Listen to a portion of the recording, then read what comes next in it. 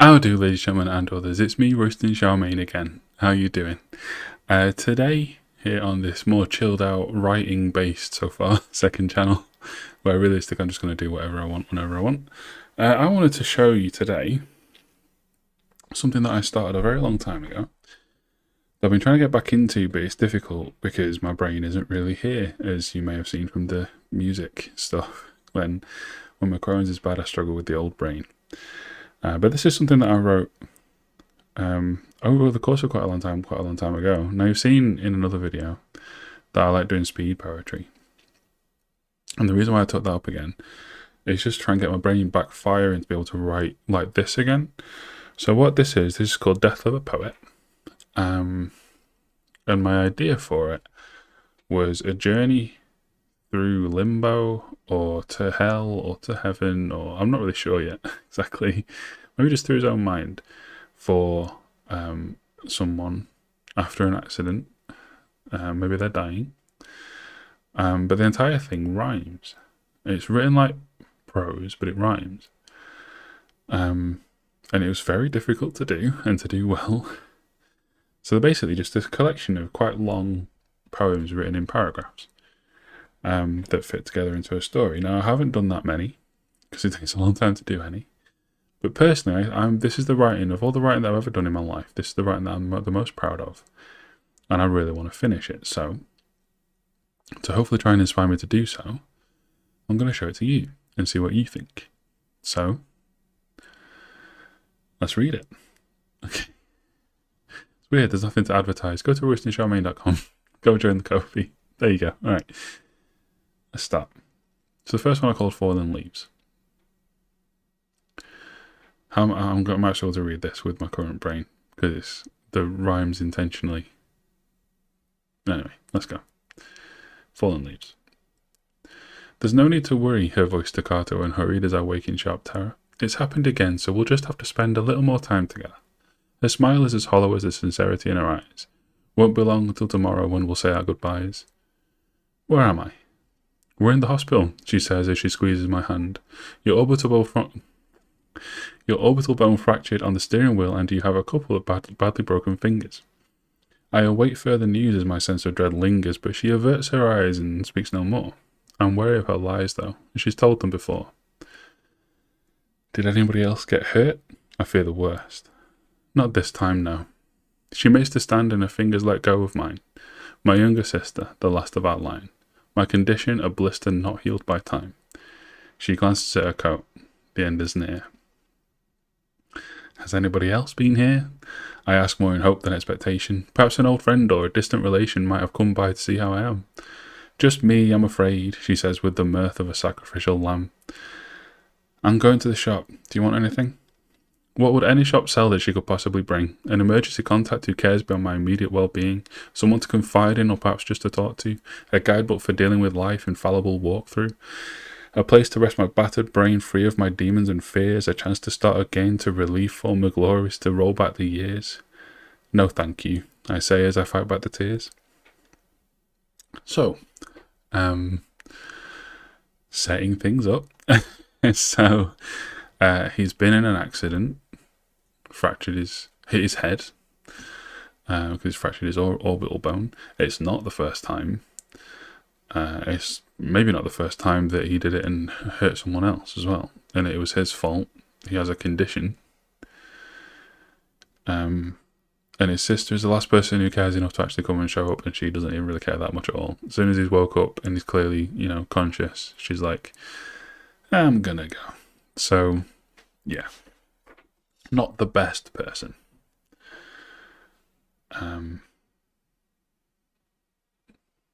How does it flow? What do you think of it? I'm really quite proud of how I got it to flow. I think the next one flows even better.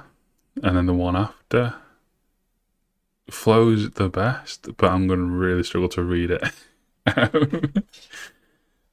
Let's get on to those. So. Oh! There's such a big gap, I thought that was the end of the paragraph. It's not. There's a little more. Oh my god. I'm sorry. It's been a while since I've attacked this. That could have ended it. Anyway, No thank you, I say as I fight back the tears. She hugs me with all the force of a tree fallen in the woods. The river dried at the source, the ground beneath turns to dust. Where once there was a solid foundation, now only rust. Okay then, she rises back to her full height. Let me know when we get out. If I'm free, then we might. The silence, it stretches. No end in sight. Yeah, I smile. We might. That's a much better ending. Man, that gap was big. You can't see the mouse, can you? If I click, can you? Yeah. This gap being that big, I think it was the end. Ah well. It's on A4 pages. I could have just... Can you still click here to collapse that? No. Not on Google Docs. Anyway. Yeah. Still. How do you feel about that? I'll maybe like attach the document to something for you to read it in your own time if you want to. Anyway. Number 2 is called Sirens. Has a double meaning. Okay. Beep, beep, beep. I know it's a good thing. My heart still beats. I get it. But that thing has been beside me for weeks. Beep, beep, beep. Oblivious to my pains, tremors, emotions, shallow or deep. Beep, beep, beep. It's there when I wake until again I can sleep. Beep, beep. Ooh, sorry. Beep, weep. Beep. I just don't understand why it's necessary for it to be here. If it stopped beating I and I am alone, or I and I alone am here to notice, and I fear that I may be a little busy dying to act on it. Beep, beep, beep. Fucking stop it. Beep, beep, beep. Everything okay in here today? Please take this fucking thing away. I gestures to the monitor and she laughs, a beautiful sound. They can get a bit loud, these echocardiographs. I'll just turn it down. Thank you, I sigh as Thank you, I sigh as the noise slowly ends. To answer your question, I guess that depends on what you consider to be okay. She smirks at me and tilts her head in such a way that I can't help but smile right back. Her beauty is only compounded by the lack of makeup, her features not hounded by a layer of masking. Her expression changes as she catches me basking in her glow. Oh no. My head still hurts if that's what you're asking. From the accident or from the monitor beeping?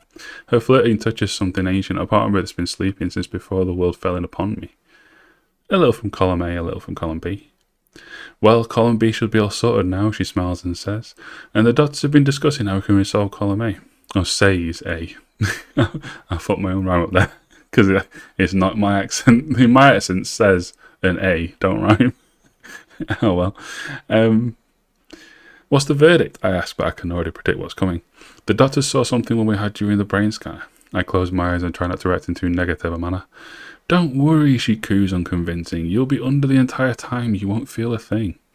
I open my eyes and look at her, really drink her in. Imagine a world that we could share, where new life could begin. Fantasize a reality in which my demise was a fallacy. If only I would dare and could find the words within my rotten mind, perhaps we could have shared some sunny days. It'll be okay. She holds my gaze. Thank you are the last words I ever say. So yeah, his last human interaction with a nurse who flirts with him, probably out of a mixture of pity and boredom, and after weeks of getting frustrated in the hospital. Yeah. I'm really proud of this bit, the echocardiographs part. I think that's a cool little line. And I just feel like this kind of, I don't know, I feel like it flows. I feel like it moves. I think it shows you the character quite well as well, that he's quite angry. He's quite pathetic. And yeah. The last words he says in his life are thank you. Alright. I think there's only one more that's finished. And it's this one, it's called Stranger.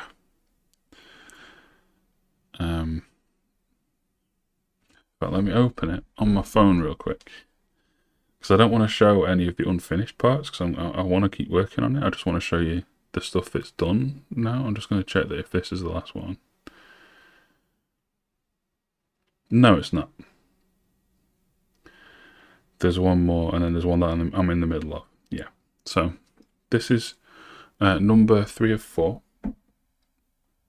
that I've finished so far, and then I've just got bits and pieces. So he's been admitted to hospital and his sister's come to see him. He's spoken his final words unknowingly because he has a brain injury and he's going in for surgery. And now, stranger. I'm really going to struggle to read this out loud. You'll have to bear with me. I struggled with the first two. Okay. People made of pastel green, enveloped with a natural sheen, a brightness that is rarely seen, a photograph overexposed. A no not too unpleasant dream, gliding through a history mean via hallways better left unseen, like an alien transposed from one reality to another. Please help me, my brother. I reach out for him, but he ignores my cry for help. Perhaps it bores him to have another in naught but draws, ask for solemn guidance. Clear blue rises from the floor, we float away from distant shore. Anguished cry stuck in my craw, I can't prevent subsidence as the bow wave hits. Holy fucking shit. And just like that, I'm torn asunder. The green men stand a force of wonder, unmoved by current. I'm swallowed under, my lungs reach their fill.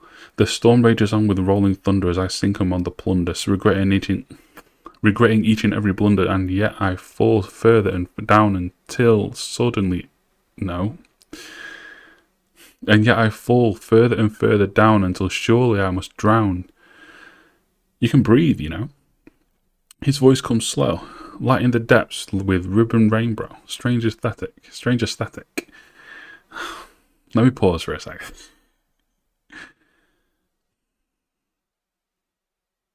You can breathe, you know.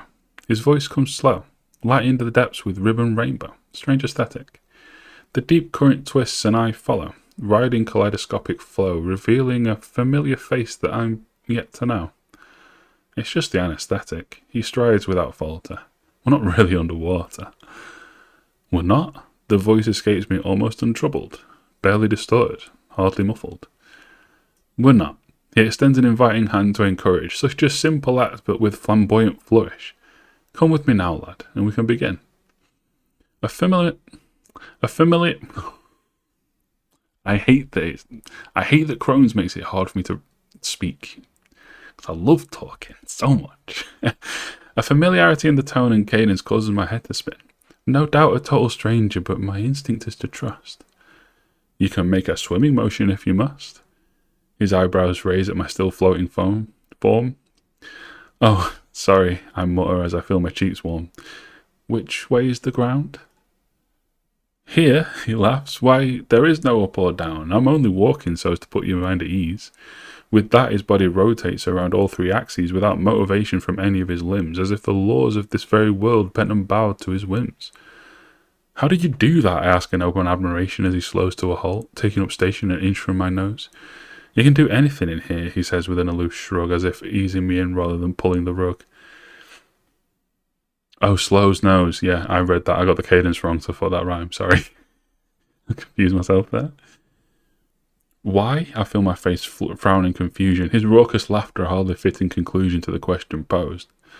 Who knows? He throws his arms wide, still chuckling at my expense. Shall we continue this in a place that makes a little more sense? That would be nice. I feel my caught breath ease as colours begin to bloom and the blackness recedes. It'll come with a price. His face, now devoid of humour, that of those who told me rumour of an everlasting tumour tugging at my life. I wish he would have told me sooner before we left the land of Luna, for now we stand in a world of bloom, another hopeless strife to which I am too slow to cater. But we can discuss that later. There we go. Didn't do too bad a job, I don't think. I got completely stuck a couple of times. But yeah, I decided to go for a really complicated pattern in the opening, just to make it feel like a fantasy. I don't know how many of you have had surgery. This chair is getting very creaky, isn't it? I don't mind how... Oh, I'm really starting to struggle now.